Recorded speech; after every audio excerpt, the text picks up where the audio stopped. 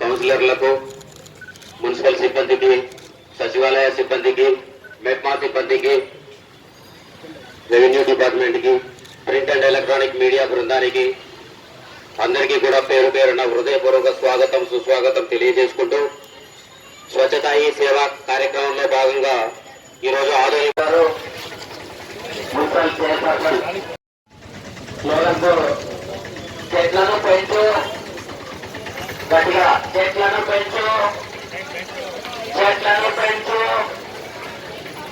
చెట్లను పెంచు, ఆరోగ్యమే ఆరోగ్యమే, చెట్లను పెంచు, ఆరోగ్యమే ఆరోగ్యమే, అందరూ సర్కిల్ గా ఫామ్ కావాల్సిందిగా కోరుతున్నాం. అందరూ కూడా ఈ ప్రతిజ్ఞను చెప్పాల్సిందిగా కోరుకుంటూ ఉన్నాము.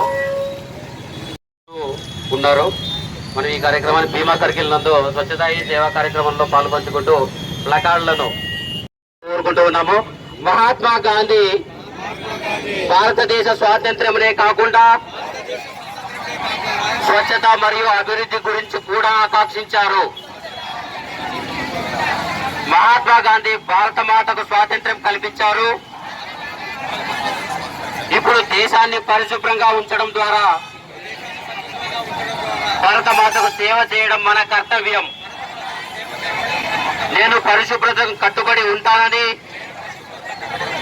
మరియు దీనికోసం సమయం కేటాయిస్తానని ప్రతిజ్ఞ చేస్తున్నాను. దేశమంతా కూడా ఈరోజు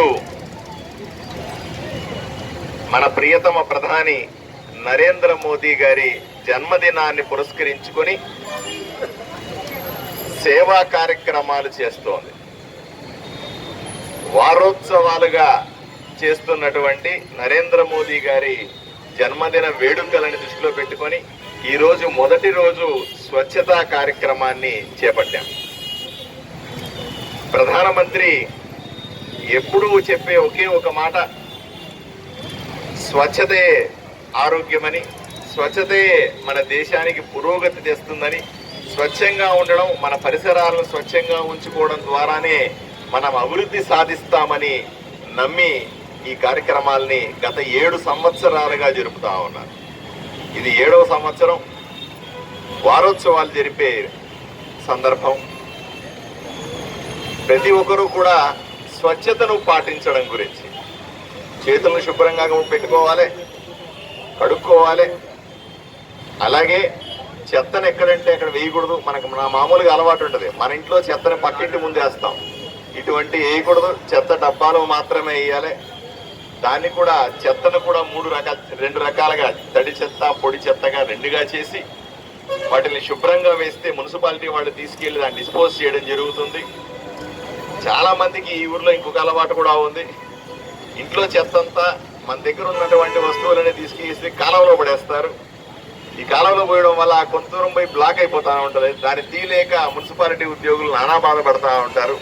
ఎప్పుడు దయచేసి చెత్తను తీసుకెళ్లి కాలువల్లో వేయకూడదు. ఎక్కడైతే మీ వీధి చివర ఉన్నటువంటి డస్ట్బిన్ లేదా ఇప్పుడు చెత్త కలెక్ట్ చేసుకోవడానికి ఇంటింటికి వచ్చి తీసుకుంటున్నారు ఆ చెత్తని.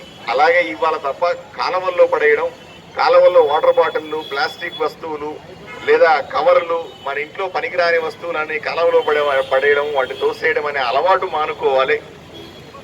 అంతేకాదు మనము వారానికి 2 గంటలు ప్రతి ఆదివారం, నరేంద్ర మోదీ గారు చాలా స్పష్టంగా చెప్పారు, వారానికి 2 గంటలు, ఆదివారం 10 నుంచి 12 గంటల వరకు కూడా తప్పనిసరిగా మన వీధిని, మన ఊరిని, మన గ్రామాన్ని, మన ఇంటి చుట్టుపక్కల పరిసరాలని శుభ్రంగా ఉంచడానికి కేటాయిస్తే ఎవరికి వాళ్ళు వారానికి 2 గంటలు, సంవత్సరానికి అంటే మనకి 52 వారాలు ఉంటాయి కాబట్టి 100 గంటలు మనము ఆ స్వచ్ఛత గురించి ఆలోచన చేస్తే, మన చుట్టుపక్కల ప్రాంతం గురించి ఆలోచన చేస్తే, తప్పనిసరిగా అందరూ అదే రకంగా పనిచేస్తే ఈ ఊరు బాగుంటుంది, ఈ రాష్ట్రం బాగుంటుంది, ఈ దేశం బాగుంటుందనే ఆలోచనతో నరేంద్ర మోదీ గారు ఎప్పుడు కూడా స్వచ్ఛత గురించి మాట్లాడేవాడు.